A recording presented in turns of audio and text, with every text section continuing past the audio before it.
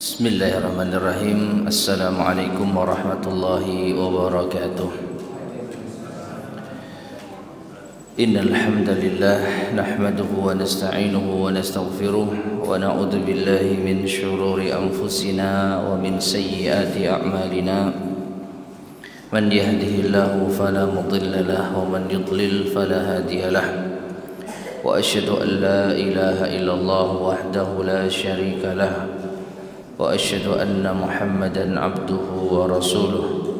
Allahumma salli wa sallim wa barik ala nabiyyina Muhammadin wa ala alihi wa ashabihi wa man tabi'ahum bi ihsanin ila yaumiddin, amma ba'd. Ma'asyiral muslimin rahimani wa rahimakumullah. Melanjutkan kembali kajian kita membahas Kutayib Kun Salafiyan Alal Jaddah yang disusun oleh Fadilatul Syekh Abdul Salam Ibn Salim As-Suhaimi hafizahullahu ta'ala. Dan sekarang kita masuk pada bab yang ke-10 atau bagian yang ke-10. Qala al-mu'allif hafizahullah, berkata al-mu'allif hafizahullah, min manhajis salaf ar-raddu 'alal mukhalif. Di antara manhaj salaf adalah membantah orang yang menyimpang, membantah orang yang menyelisihi. Beliau mengatakan innahu minal mutaqarrari 'inda a'immatis salaf rahimahumullah. Sesungguhnya di antara hal yang telah ditetapkan menurut para imam salaf adalah ar-raddu 'alal mukhalif, membantah orang yang menyelisihi, orang yang menyimpang. Wa sawa'un kana al-mukhalifu min ahli sunnati wal jamaah. Sama saja baik orang yang menyelisihi atau yang menyimpang dari kalangan ahli sunnah wal jamaah. Khalafa fi mas'alatin fiqhiyah atau aqdiyah. Apabila ada di kalangan ahli sunnah yang mungkin menyelisihi permasalahan fikih, bahkan permasalahan akidah. Jadi ada sisi akidah yang keliru. Au kana al-mukhalifu min ahli al-bid'ah, terlebih apabila orang yang menyelisihi tersebut dari kalangan ahli bid'ah. Taib ma'asyar muslimin rahimani wa rahimakumullah.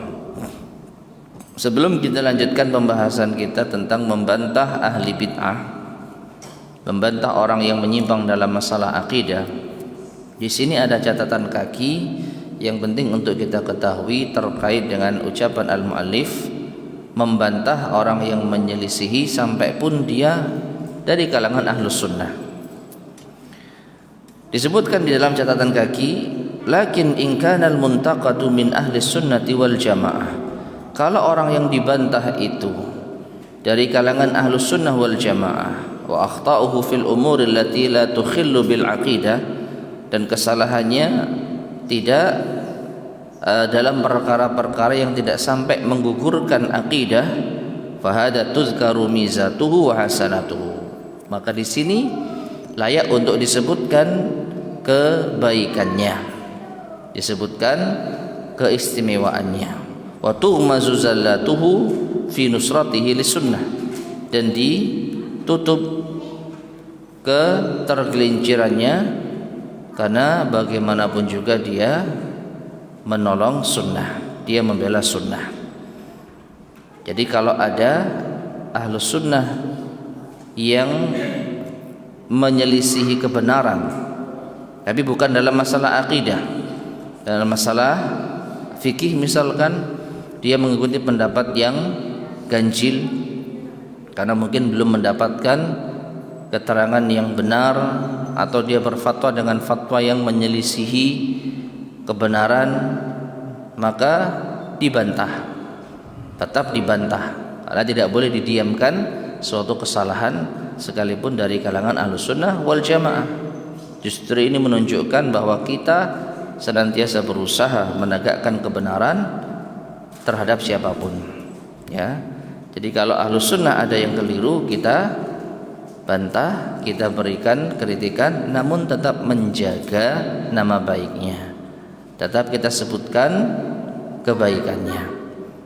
Ya, dan ini banyak dilakukan oleh para ulama dengan terang-terangan mengatakan beliau dalam hal ini keliru. Misalkan antara para ulama kita saling mengkritik, saling membantah dalam masalah-masalah fikih, ya, dalam masalah-masalah ijtihad, itu hal yang biasa, tapi tidak menjatuhkan kedudukannya di mata umat. Ya, Syekh Fulan dalam hal ini keliru, yang benar demikian. Namun tetap beliau termasuk di antara ulama Ahlussunnah yang wajib kita hormati. Ya, taib. Kemudian, amma in kana al-muntaqadu min ahli dhalalah, kalau yang dikritik dibantah itu termasuk orang yang sesat, penyimpangannya itu sesat di dalam masalah akidah, fala yajuzu lana an nadhkura hasanati, maka kita tidak perlu menyebut kebaikannya. Min kalami Syekh Al-Allamah Ad-Doktor Shalih Al-Fauzan hafizahullah. Ini dinukil dari ucapan Syekh Al-Fauzan hafizahullah taala. Nah, ini catatan kaki terhadap penjelasan dari al-muallif hafizahullah. Jadi meskipun Ahlus Sunnah, tapi kalau ada kesalahan tetap kita bantah, tetap kita kritik, namun dengan tetap menjaga kehormatannya. Kemudian wala yalzamu fi raddi 'ala al-mukhalif dzikru hasanatil mardudi alaih, dan tidak mengharuskan ketika kita membantah orang yang menyelisihi itu menyebut kebaikannya. Ya, dan ini insyaallah difokuskan kepada ahli bid'ah, orang-orang yang menyimpang. Jadi kalau membantah mereka tidak diharuskan menyebut kebaikannya. Awil muwazanati bainal hasanati was sayyi'at, atau kita menyebutkan yaitu dua-duanya. Ya, al-muwazanah itu perbandingan antara kebaikan dan keburukannya, maka tidak perlu. Faqad madahallahul mu'minina min ghairi dzikri masawiihim, sungguh Allah memuji orang-orang yang beriman tanpa menyebut keburukan mereka. Wa dzammallahu al-kafirin wal munafiqin wal fasiqin min ghairi dzikri mahasinihim, dan Allah mencela orang-orang kafir, orang-orang munafik, orang-orang fasik tanpa menyebut kebaikan mereka. Ya. Waqad hadzara an-nabiy sallallahu alaihi wasallam ummatahu min ahli al-ahwa dunal tifatin ila ma fihi min hasanat. Dan sungguh Nabi sallallahu alaihi wasallam telah memperingatkan umatnya dari orang-orang yang mengikuti hawa nafsu tanpa melihat kebaikan yang ada pada mereka. Taib, ma'asyar muslimin rahimani wa rahimakumullah. Kalau fokus kita itu pada bantahan terhadap orang-orang yang menyimpang, maka tidak perlu kita menyebut kebaikan mereka. Tidak perlu kita menyebut kebaikan mereka. Ya. Dan ini didasari oleh apa? Oleh apa yang terdapat di dalam Al-Qur'anul Karim maupun hadis-hadis Nabi sallallahu alaihi wasallam. Allah Subhanahu wa taala ketika menyebutkan orang-orang yang beriman, yang kita tahu orang-orang yang beriman itu ada kalanya berbuat kebaikan, ada kalanya berbuat keburukan. Contohnya para sahabat lah. Para sahabat apakah maksum, terjaga dari dosa? Tidak. Sampai pun sahabat Muhajirin dan Ansar, ya, mereka manusia yang bisa salah.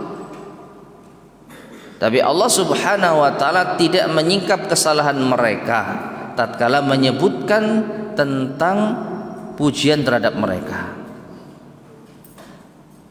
Allah berfirman, was-sabiqunal awwaluna minal muhajirin wal ansar walladzina taba'uhum bi ihsan radhiyallahu anhum wa radu'an. Dan orang-orang yang pertama masuk Islam dari kalangan Muhajirin dan Ansar, dan orang-orang yang mengikuti mereka dengan baik, Allah ridha kepada mereka dan mereka ridha kepada Allah. Allah ridha kepada mereka dan mereka ridha kepada Allah. Tidak ada tambahan. Allah ridha kepada mereka meskipun di antara mereka ada yang salah. Tidak ada keterangan itu.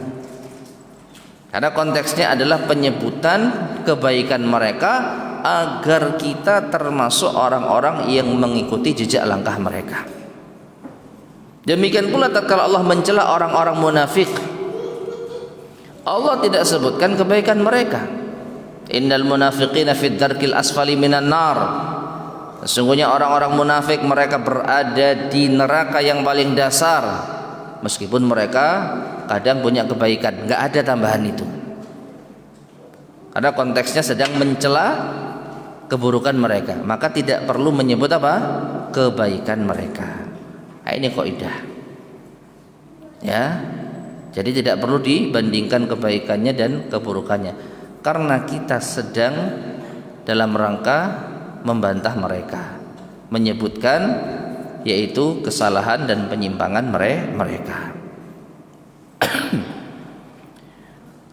Wa dzakara an-nabiy sallallahu alaihi wasallam uyuba ashkhasin muayyanin. Dan Nabi sallallahu alaihi wasallam menyebutkan aib-aib sebagian orang secara khusus. Langsung sebut nama misalkan. Walam yadhkur mahasinahum min babin nasihah. Tapi beliau tidak menyebutkan kebaikan mereka karena ini dalam rangka nasihat. Ya. Fa an Aisyah radhiyallahu anha, dari Aisyah radhiyallahu anha qalat, ia berkata, tala Rasulullah sallallahu alaihi wasallam hadhihi al-ayah. Rasulullah sallallahu alaihi wasallam membaca ayat ini, yaitu ayat yang ke-7 dari surat Ali Imran. Allah berfirman, huwallazi anzala 'alaikal kitaba minhu ayatun muhkamatun hunna ummul kitab wa ukharu mutasyabihat fa ammal ladzina fi qulubihim zaygun fayattabi'una ma tashabaha minhu ibtigha'al fitnati wa ibtigha'a ta'wilih wa ma ya'lamu ta'wilahu illa Allah warasikhuna fil 'ilmi yaquluna amanna bih kullun min 'indi rabbina wa ma yadhakkaru illa ulul albab. Yang artinya, dialah Allah yang telah menurunkan kepadamu wahai Muhammad Alkitab. Di antaranya ada ayat-ayat yang muhkamat, jelas, dan itu yang menjadi kebanyakan dari isi Alkitab. Kebanyakan isi Al-Quran itu sesuatu yang jelas, gamblang. Dan ada sebagian ayat-ayat Allah itu yang mutasyabihat, samar. Adapun orang-orang yang di dalam hatinya terdapat penyimpangan, maka mereka mengikuti yang samar untuk mencari fitnah dan mencari takwilnya. Dan tidak ada yang mengetahui takwilnya kecuali Allah. Adapun orang-orang yang kokoh di dalam keilmuan, mereka berkata, kami beriman terhadapnya, beriman terhadap Al-Quran. Semua dari sisi Tuhan kami, dan tidaklah yang mengingat hal seperti itu melainkan orang-orang yang cerdas. Nah, sisi pendalilan dari ayat ini, Allah Subhanahu wa taala ketika menyebutkan orang-orang yang menyimpang, wa amma fa ammal ladzina fi qulubihim zaygun. Adapun orang-orang yang di dalam hatinya ada penyimpangan, ya, maka Allah sebutkan keburukan mereka. Apa? Mengikuti ayat-ayat yang samar untuk membuat fitnah, untuk mengotak-atik, yaitu ayat sesuai dengan hawa nafsu mereka. Ya. Dan apakah di antara mereka ada orang yang baik? Ada, tentu saja. Mungkin di antara mereka ada yang baik akhlaknya, ada yang baik muamalahnya, tapi dalam masalah memahami Alkitab mereka suka mencari-cari ayat yang samar. Ya. Nah, ini yang ditekankan adalah orang-orang yang suka membuat fitnah. Nah, agar apa? Agar kita menjauhi mereka dan perilaku mereka. Ya, jadi Allah tidak menyebutkan kebaikan mereka. Ya. Jadi Rasulullah SAW berpesan kepada umatnya, kalau ada orang yang mencoba untuk menelusuri, mencari-cari ayat-ayat yang syubhat, yang samar, bukan untuk dijelaskan kebenarannya, tetapi untuk dibenturkan satu dengan yang lain, maka merekalah yang Allah sebutkan di dalam ayat ini. Maka jauhi mereka, waspadai mereka. Ya. Nah, jadi Nabi dengan tegas menyebutkan sifat mereka untuk dijauhi. Meskipun di antara mereka mungkin ada orang yang baik, tapi Nabi tidak memperhatikan kebaikannya dalam masalah peringatan terhadap mereka. Wa an Abi Hurairah radhiyallahu anhu qala, dari Abu Hurairah radhiyallahu anhu, beliau berkata, sayakunu fi akhir zaman nasun yuhadditsunakum bima lam tasma'u antum wala aba'ukum. Akan ada di akhir zaman nanti manusia yang mereka berbicara kepada kalian, menyampaikan hadis, pembicaraan kepada kalian apa yang belum pernah kalian dengar, demikian pula nenek moyang kalian. Fa iyyakum wa iyyahum, maka hati-hati kalian dan waspadailah mereka. Muqaddimah Muslim, hadis ini terdapat di dalam muqaddimah Sahih Muslim. Ya. Nah, perhatikan masyarakat muslimin rahimani wa rahimakumullah. Di dalam hadis ini Nabi sallallahu alaihi wasallam memperingatkan kita tentang kaum yang akan datang di masa berikutnya setelah generasi sahabat, yang membawakan hadis atau pendapat atau ucapan yang belum pernah didengar oleh manusia di zaman itu, bahkan belum pernah didengar oleh pendahulu mereka. Ya, anggaplah di zaman para tabi'ut tabi'in. Anggaplah di zaman mereka ada sebagian orang yang berpendapat dengan pendapat yang menyimpang, yang belum pernah mereka dengar, bahkan belum pernah pendapat ini didengar di kalangan para tabi'in maupun para sahabat. Ya. Dan kebanyakan permasalahan-permasalahan bid'ah itu muncul setelah zaman terbaik. Tidak pernah sebelumnya itu ada yang mengingkari takdir misalkan, tapi tiba-tiba saja ada kaum yang mengingkari takdir. Ya. Maka Nabi SAW memperingatkan mereka. Dan di antara mereka apakah tidak ada orang yang memiliki kebaikan sedikit pun? Pasti ada. Ya, tokoh-tokoh yang menyimpang pasti ada kebaikan di dalam tubuh mereka. Contohnya mungkin mereka ahli ibadah, rajin sholat. Nah, ini sebagai perbandingan. Ya, Nabi SAW pernah memperingatkan tentang Khawarij, yaitu orang-orang yang mengkafirkan, pelaku dosa besar, yang memberontak kepada pemimpin yang melakukan dosa besar. Ya, apa kata Nabi SAW? Mereka telah keluar dari agama. Kalau kalian jumpai mereka maka perangi mereka. Nah, di awal hadis Nabi sebutkan sifat mereka. Apa itu? Mereka adalah ahli ibadah.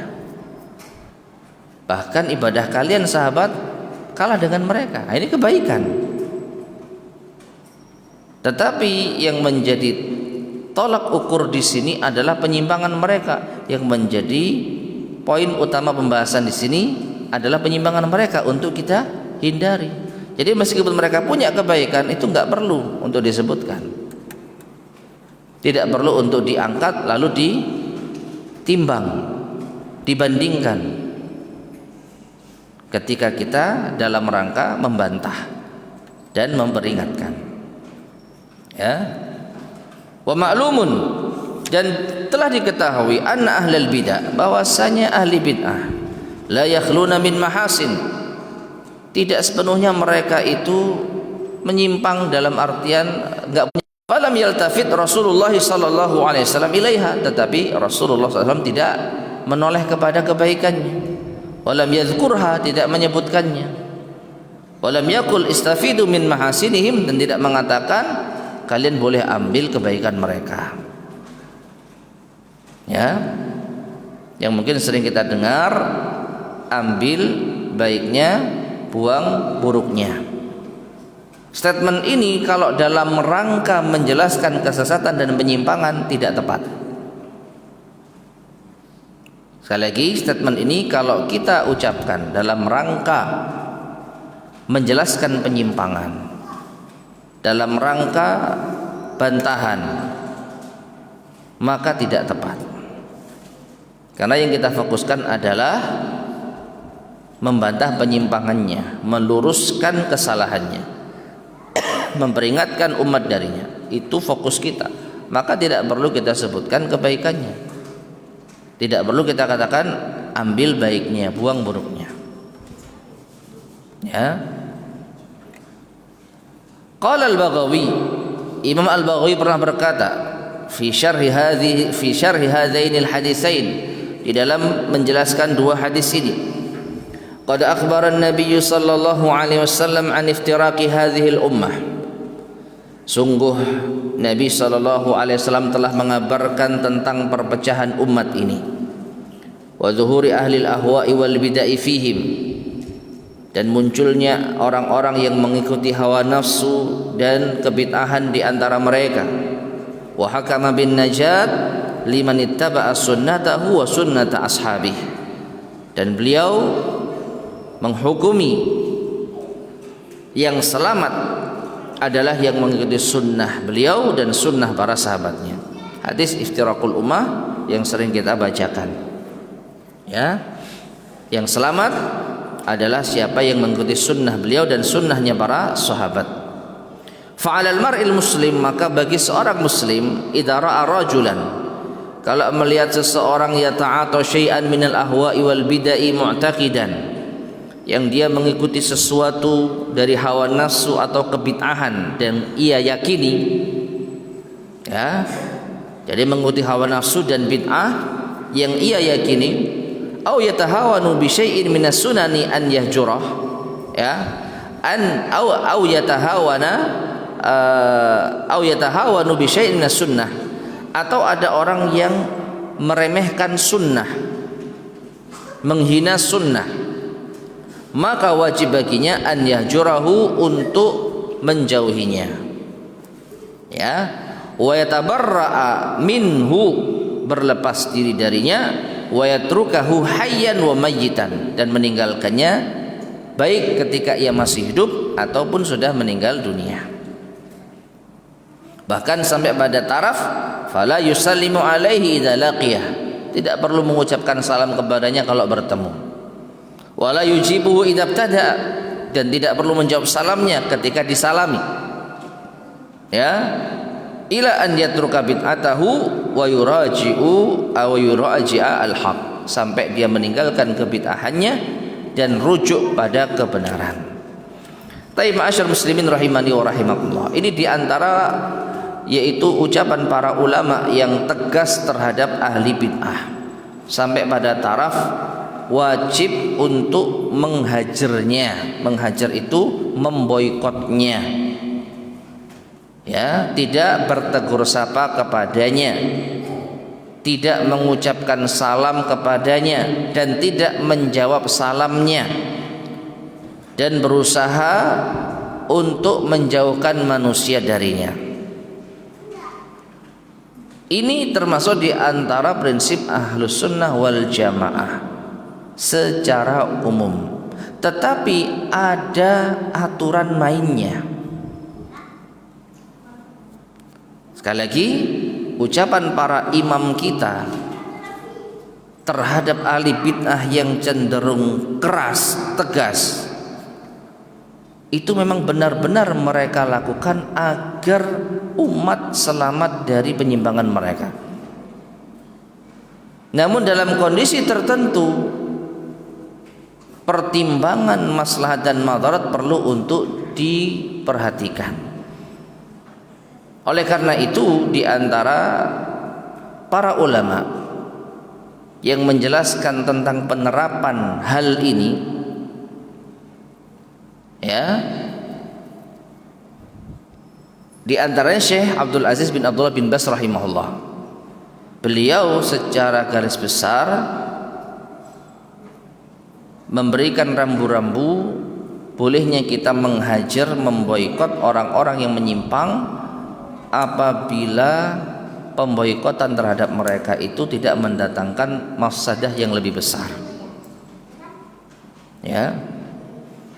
Makanya beliau mengatakan an yakuna hijratuhum yatarattabu alaihi mafsadatan wa syarra akbar fa innahu la yahjuruhum fi hadhil hal.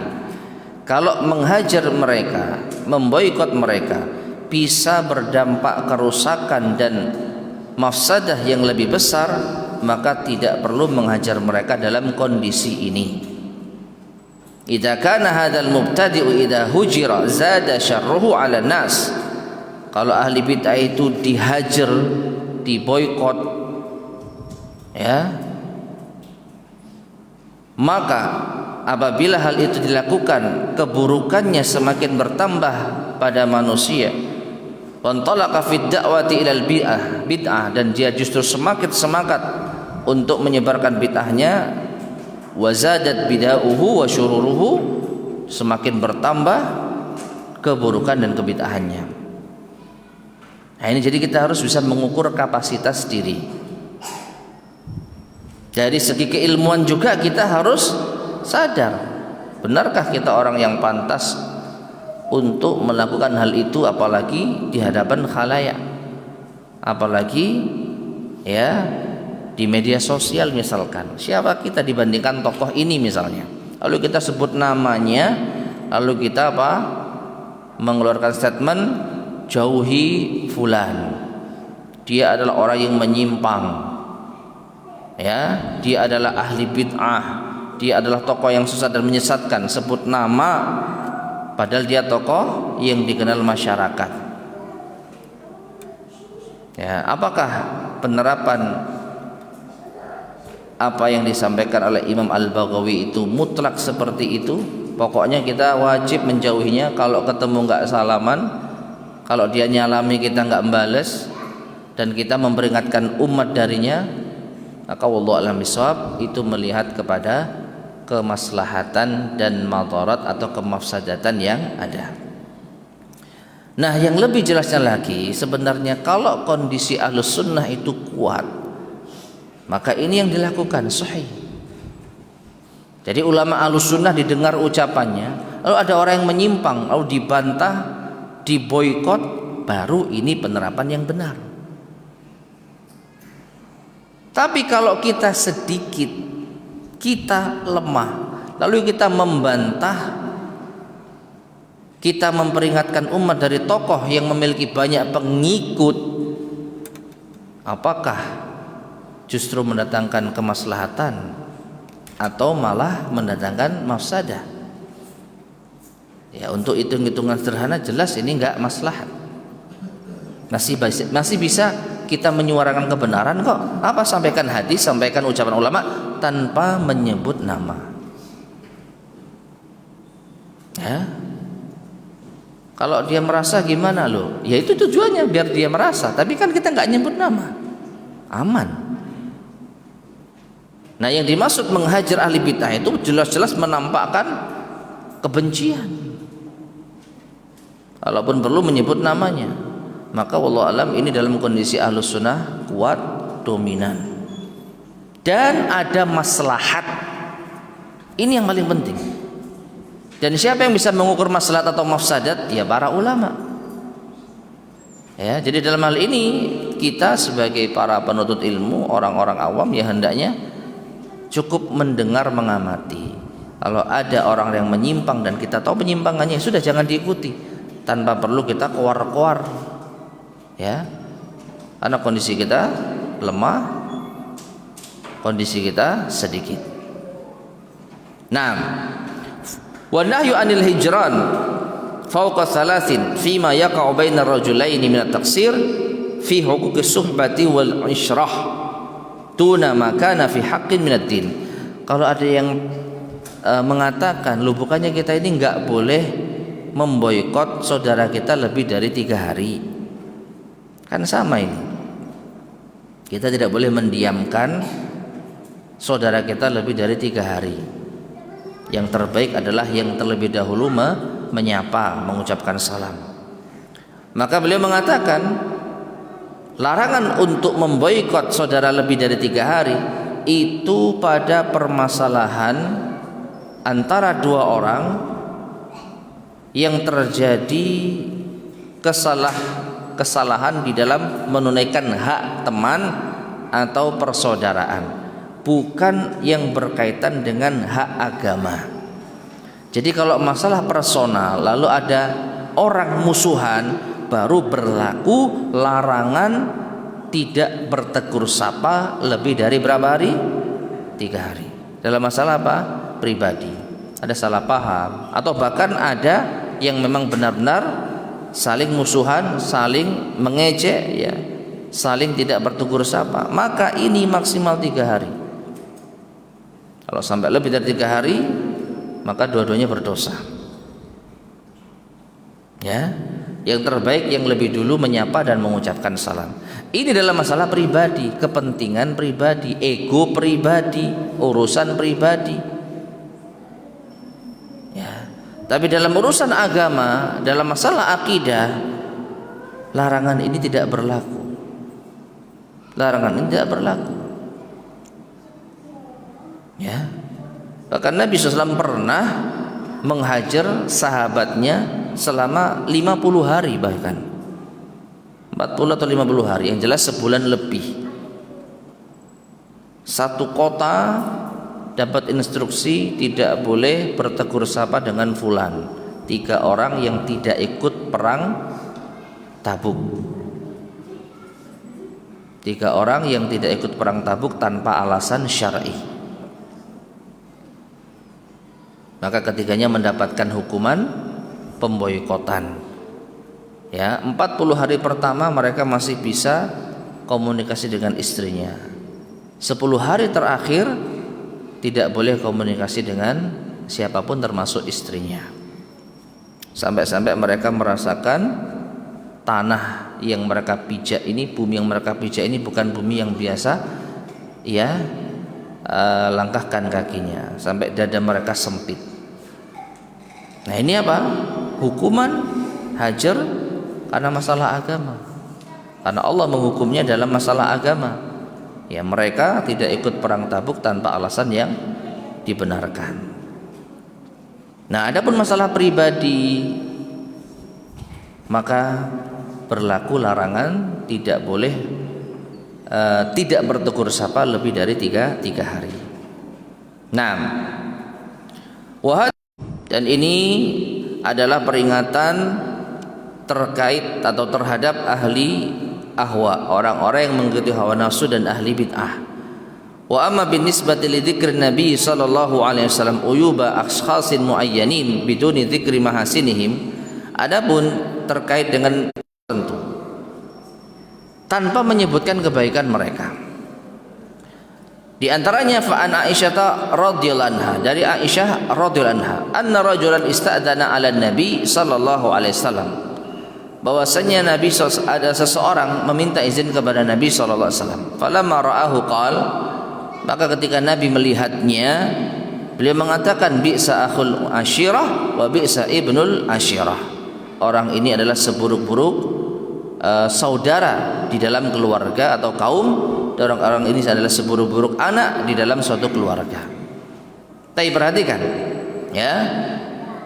Jadi Nabi SAW menyebutkan tanpa sepengetahuan orang tadi keburukannya. Ya. Jadi ada orang yang datang kepada Nabi, di depannya Nabi tidak menyebutkan keburukannya, tapi di belakangnya Nabi menyebutkan keburukannya. Apakah ini termasuk ghibah? Iya, tetapi ini ghibah yang dibenarkan karena sebagai peringatan. Ya, sebagai peringatan. Dan tidak disebutkan di dalam hadis ini lanjutan kisahnya. Yang jelas poin utamanya kita faham. Nabi SAW menyebutkan keburukan orang ini, tidak menyebut kebaikannya. Qala Al-Qurtubi, Imam Al-Qurtubi mengatakan, fil hadits jawazu ghibatil mul'in bil fisq. Dalam hadis ini terdapat bolehnya ghibah orang yang terang-terangan di dalam berbuat kefasikan. Awil fuhsi, atau perbuatan keji, au nahwi dzalika minal juri fil hukmi wad du'a ilal bi'ah.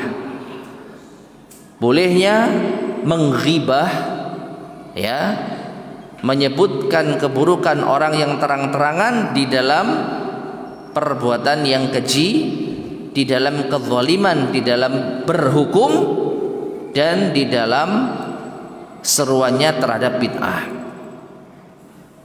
Jadi kalau ada orang yang terang-terangan menyeru kepada bid'ah, maka boleh untuk kita peringatkan secara terang-terangan pula. Ya, jangan ikuti orang ini, dia menyimpang misalkan. Maka boleh kita sebutkan penyimpangannya, kita sebutkan kebid'ahannya. Qala An-Nawawi, Imam An-Nawawi berkata, wa fil hadisi mudaratu man yuttaqa fuhsyuhu.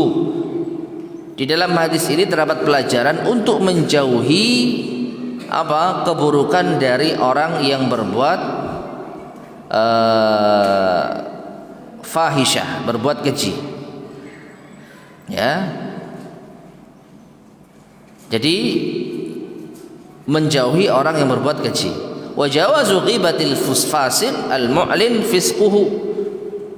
Dan boleh juga untuk menghibah orang yang fasik yang terang-terangan di dalam kefasikannya.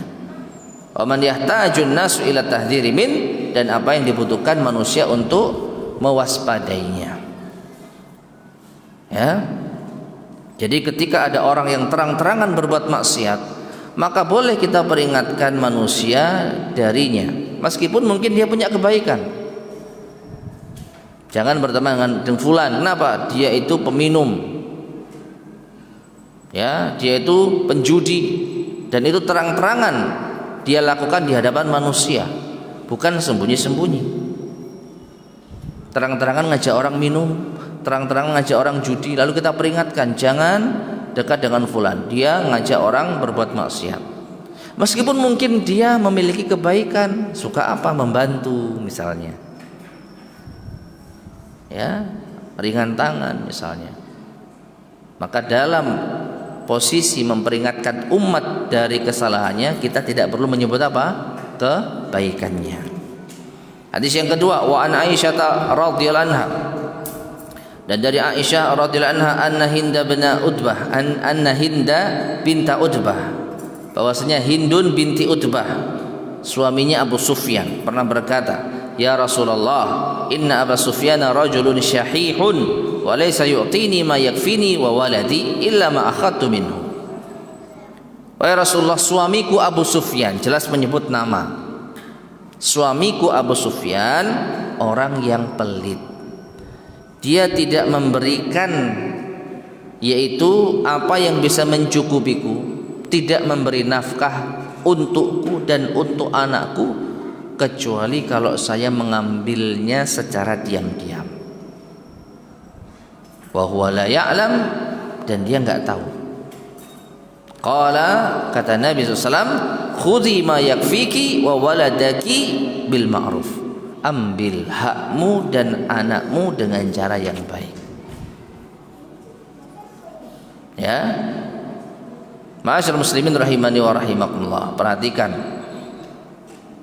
Di sini Nabi SAW tidak memperingatkan wanita ini, kamu kok gibah suamimu sendiri? Jelas-jelas istrinya mengatakan, ya Rasulullah, suamiku itu orang yang pelit. Dia tidak bisa mencukupi kebutuhanku, tidak memenuhi, bukan tidak bisa. Dia tidak memenuhi kebutuhanku kecuali aku mengambilnya secara diam-diam. Nabi tidak mengatakan, kamu jangan bongkar aib suamimu, ya, kamu jangan menggibah suamimu. Nabi justru memberikan solusi, ambil hakmu dan anakmu dengan cara yang baik. Sudah masuk isya? Iya. Taib, adzan terlebih dahulu, lalu kita lanjutkan insyaallah.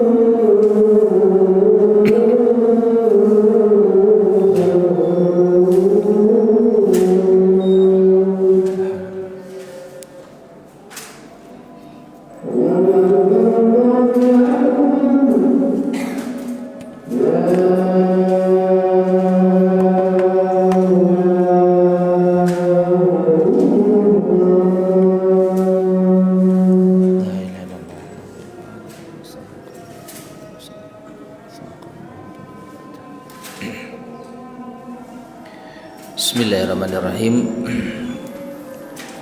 Kemudian ma'asyiral muslimin rahimani wa rahimakumullah.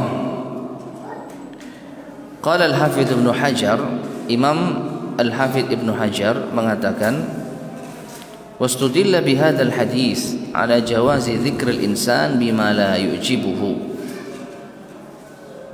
Dijadikan hadis ini sebagai dalil atas bolehnya menyebutkan sesuatu yang tidak disukai oleh seseorang. Abu Sufyan, suaminya Hindun, kalau tahu istrinya melaporkan tentang dirinya yang pelit, pasti nggak suka. Kan itu pengertian ghibah. Dzikruka akhaka bima yakrah. Engkau menyebut keburukan orang lain yang tidak ia sukai. Siapa di antara kita yang ingin sebar keburukannya? Enggak ada. Tapi di dalam hadis ini ternyata Nabi membiarkan aib orang dibongkar. Maka hadis ini menjadi dalil bolehnya menyebutkan keburukan orang idza kana ala wajhil istifta wal ishtika wa nahwi dzalik. Kalau ini dalam rangka meminta fatwa, mengeluhkan keburukan kepada orang yang bisa memberikan solusi. Perhatikan, Hindun menceritakan aib suaminya bukan kepada orang lain secara umum. Datang ke rumah fulan, bojoku medit. Enggak, datang kepada Rasulullah, minta fatwa, gimana nih ya Rasulullah, suami saya tidak bisa memenuhi kebutuhan, tidak memenuhi kebutuhan saya, kecuali saya ngambil diam-diam. Minta fatwa, minta arahan, konsultasi kepada orang yang memiliki keahlian. Maka boleh kalau seperti ini, kepada orang yang tepat, kepada orang yang memiliki solusi, ya. Wa huwa ahadul mawadhi'il lati tubahu fiha al-ghibah. Maka ini salah satu hal yang diperbolehkan untuk ghibah di dalamnya. Ya, saat ini tidak kita sebutkan, ada 6 yang disebutkan para ulama. Ya, sementara ini kita sebutkan 1, meminta fatwa. Meminta apa? Fatwa. Yang kedua, hadis sebelumnya memperingatkan orang-orang yang terang-terangan di dalam kefasikan. Boleh untuk kita ghibah. Orang-orang yang terang-terangan berbuat fasik, semua orang satu desa tahu kalau dia itu fasik, lalu kita sebutkan keburukannya, itu bukan ghibah. Termasuk mujahir fisk, ya, terang-terangan di dalam kefasikan. Ya, ada 4 sisanya, nanti insya Allah kita sebutkan pada waktunya atau di pertemuan berikutnya. Falam yunkir 'alaiha an-nabiy sallallahu alaihi wasallam zikraha lil janibis sayyi. Di sini Nabi tidak mengingkari sisi keburukan dari Abu Sufyan. Walam yukaffilha bi dzikri mahasini Abi Sufyan wa innahu ladzu mahasin. Ya, walam yukallifha bi dzikri mahasini Abu Sufyan wa innahu ladzu mahasin. Dan Nabi juga tidak menyuruh istrinya Hindun, ya, kamu jangan ceritakan keburukannya saja, ceritakan kebaikannya. Nabi tidak membebani istrinya untuk menyebutkan juga kebaikannya. Padahal Abu Sufyan juga punya banyak kebaikan. Ya. Jadi Abu Sufyan meskipun sahabat yang belakangan masuk Islam, dia punya kebaikan. Jadi antara tokoh yang disegani kaumnya. Ya, tapi dalam satu sisi dia memiliki keburukan khususnya di dalam memenuhi hak istrinya. Istrinya butuh solusi. Maka Nabi SAW hanya merespon apa kebutuhannya, tidak menjadikan perlu untuk menyebut kebaikannya. Karena dalam rangka menyelesaikan masalah, bukan dalam rangka memuji orang. Masalah ini apa, bagaimana cara mengatasinya. Ya, jadi Nabi membenarkan keburukan ini ada pada seorang suami, lalu Nabi memberikan solusinya. Qala Syekhul Islam Ibnu Taimiyah rahmatullahi alaih. Syekhul Islam Taimiyah rahimahullah mengatakan, jarhu ruwatil hadits bil haq. Menyebut celah, kritikan terhadap perawi hadis dengan cara yang benar. Wa bid'il mubtadi'ati. Dan menyebutkan kebid'ahan ahli bid'ah itu wajibun syar'an, wajib secara syariat. Waqal, beliau juga mengatakan wa mithlu aimatil bid'ah min ahli al-maqalatil mukhalifati lil kitabi was sunnah. Seperti imam-imam yang menyuruh kepada kebid'ahan, yang membawakan ucapan-ucapan yang menyelisihi Alkitab dan sunnah. Fa inna bayana halihim, maka menjelaskan keadaan mereka, wa tahdziral ummati minhum, memperingatkan umat dari mereka, wajibun bittifaqil muslimin. Itu hukumnya wajib sesuai kesepakatan kaum muslimin. Hatta qila li Ahmad bin Hanbal, sampai-sampai Imam Ahmad bin Hanbal pernah ditanya, ar-rajulu yasum wa yusalli wa ya'taqifu ahabbu ilaika aw yatakallamu fi ahli bidah. Kalau ada orang rajin puasa, sholat, iktikaf, itu apakah lebih Anda cintai daripada dia berbicara tentang ahli bid'ah? Misalkan ulama gitu ya, ulama yang ahli ibadah, apakah itu lebih Anda sukai daripada ulama yang berbicara tentang kebid'ahan? Faqal, maka Imam Ahmad mengatakan, idza qama wa shalla wa i'takaf fa inna ma huwa li nafsi. Kalau dia salat iktikaf ya, maka kebaikan itu untuk dirinya sendiri.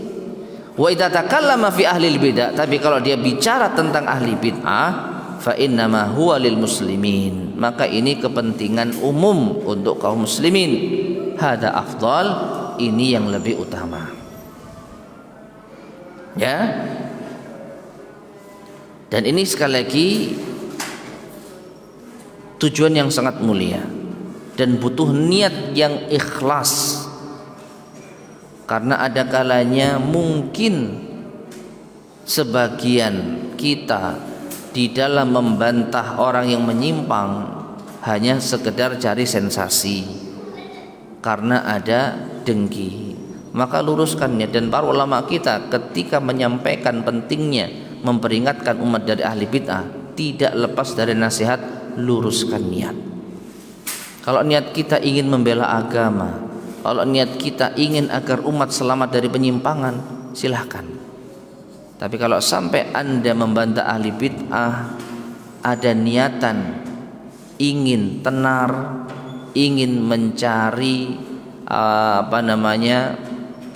perhatian, maka perlu untuk dipertimbangkan. Ya, fabayyana anna naf'a hadza 'amun lil muslimin. Maka Imam Ahmad menjelaskan bahwa manfaat menjelaskan penyimpangan ahli bid'ah itu umum bagi kaum muslimin fi dinihim, terkait agama mereka, min jinsil jihadi fi sabilillah, bahkan termasuk jenis jihad di jalan Allah. Ittadhiru sabilillahi wa dinih wa minhaji wa syir'atih, karena mensucikan jalan Allah, agamanya, syariatnya. Wa daf'i baqi haula'i wa udwanihim ala dzalika wajibun 'alal kifayah bi ittifaqil muslimin. Ya, mencegah kezaliman dan permusuhan mereka dalam masalah akidah dan agama itu hukumnya wajib kifayah. Kalau ada ulama yang sudah menjelaskan penyimpangan mereka, cukup, yang lain tidak wajib. Tapi kalau enggak ada yang menjelaskan penyimpangan, maka seluruh ulama berdosa. Ya, falaula man yuqimuhu Allahu lidaf'i darari haula ila fasadad din. Kalau seandainya tidak ada, ya Allah tidak membangkitkan ulama ahli ilmu yang mencegah bahayanya mereka, tentu agama akan rusak. Wa kana fasadu a'dhama min fasad wa kana fasaduhu a'dhama min fasadi istila'il adu min ahli harb. Maka kerusakan yang disebabkan orang-orang yang menyimpang dalam masalah akidah itu lebih besar dibandingkan kerusakan yang menimpa umat dari musuh dalam kondisi perang. Ya. Jadi ketika umat diserang oleh musuh, maka umat mengalami kerusakan jelas. Tetapi kerusakan ini lebih mending daripada kerusakan yang disebabkan orang-orang yang menyimpang di kalangan umat. Bagaimana penjelasannya? Fa inna haula, karena mereka orang-orang kafir yang menyerang, idza staulau lam yufsidu al-quluba wa ma fiha min ad-dini illa taba'an. Maka mereka tidaklah merusak hati dan apa-apa yang ada di dalam hati dalam urusan agama kecuali hanya efek samping saja. Artinya apa? Kalaupun umat Islam kalah perang misalkan, maka palingan ya, mereka tidak bisa leluasa untuk ibadah, terkekang. Tapi akidah umat, ya, akidah umat itu masih apa? Masih aman. Ya, umat masih bisa menjalankan agama, keyakinan sesuai kemampuan mereka. Kalau kalah apa perang. Wa mafia. Kemudian wa amma ulaik, adapun kalau yaitu orang-orang yang menyimpang yang mendominasi, fahum yusidunal quluba ibtidaan, maka mereka yaitu merusak hati secara langsung. Secara fisik mereka tidak terjajah Secara fisik mereka bisa hidup bebas, tapi secara keyakinan menyimpang. Maka lebih bahaya sesuatu yang merusak hati dan keyakinan daripada sesuatu yang merusak apa? Jasmani dan badan. Bukankah Nabi SAW mengatakan di dalam jasad kita ada segumpal daging. Kalau segumpal daging ini baik, baiklah seluruh amal badan kita. Kalau segumpal daging ini rusak, rusaklah seluruh amal kita. Apa itu? Al-qalb, hati. Dan hati itu rusak dengan penyimpangan-penyimpangan di dalam masalah akidah. Hati tidak rusak dengan perang secara fisik. Perang secara fisik merusak badan, iya, tapi hati tidak secara langsung. Nah, kesimpulannya ma'asyar muslimin rahimani wa rahimakumullah, kita harus menyadari dan mengakui bahwa meluruskan penyimpangan khususnya yang dilakukan oleh para ulama itu hal yang dibenarkan menurut agama. Bahkan dalam satu kondisi mungkin perlu tidaknya, kalau kita tidak mampu menyebutkan atau tidak ada maslahatnya atau bahkan justru madarat menyebutkan nama